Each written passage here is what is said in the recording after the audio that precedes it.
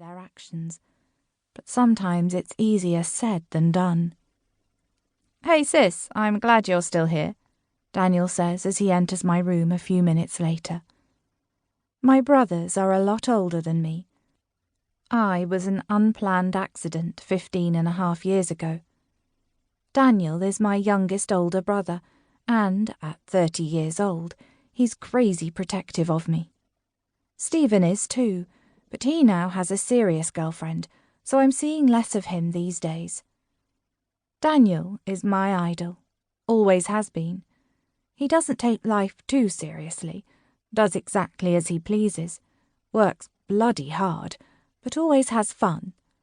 That's exactly what I want my life to be like, and I plan on making it so, once I get out on my own. "Hey!" I only manage one word, because as soon as I see him, I burst into tears. He pulls me into a tight hug. I hate that Mum and Dad can do this to me, can make me feel so worthless. It makes me angry every time a tear falls for their actions. I wish I could be stronger. "What have they done now?" Daniel asks. Both he and Stephen know how our parents treat me. Hell, I couldn't count the number of arguments I've overheard about it on both hands and feet. But nothing ever changes. I'm just grateful that I have two amazing older brothers to turn to if I need to. Plus, I have my adopted family next door, who I'm pretty sure would do just about anything for me if I needed it. "Nothing, I'm fine," I say, pulling away from him and wiping my eyes. I look at him and see the questions in his. No, really, I'm just being a silly hormonal teenager. Whatever you say, Moles. You still going to that party tonight?"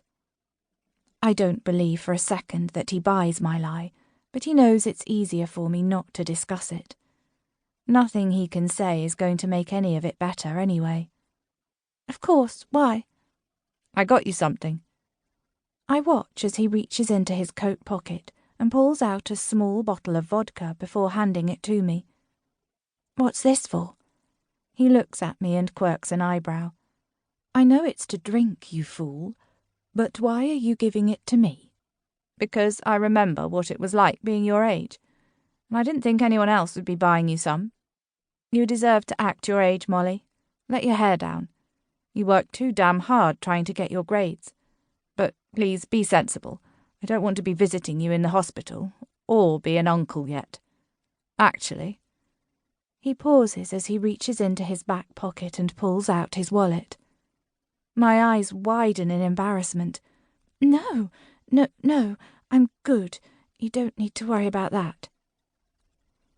I hate to admit it, but Daniel is the only one who knows what I've been up to. He let himself into my room one day while I was in my ensuite to find an open box of condoms on the bed, and, being the protective brother that he is, counted them and realized 2 were missing.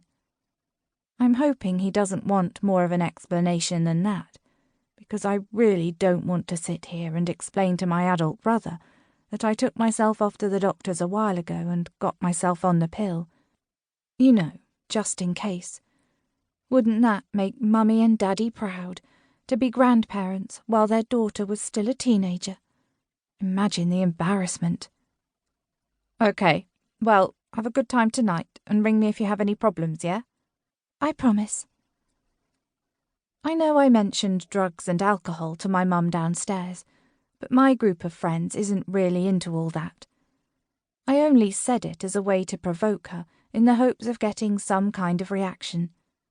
Yes, there are plenty of kids at school who are at it every weekend, but my group actually cares about getting good grades and good jobs. The bottle of vodka Daniel just handed me will probably be it for us tonight. "See you later then, kid," he says, before kissing my forehead and leaving my room.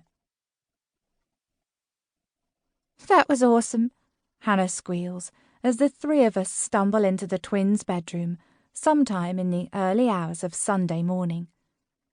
Emma heads straight over to her side of the room and immediately starts replacing her party clothes with her pajamas.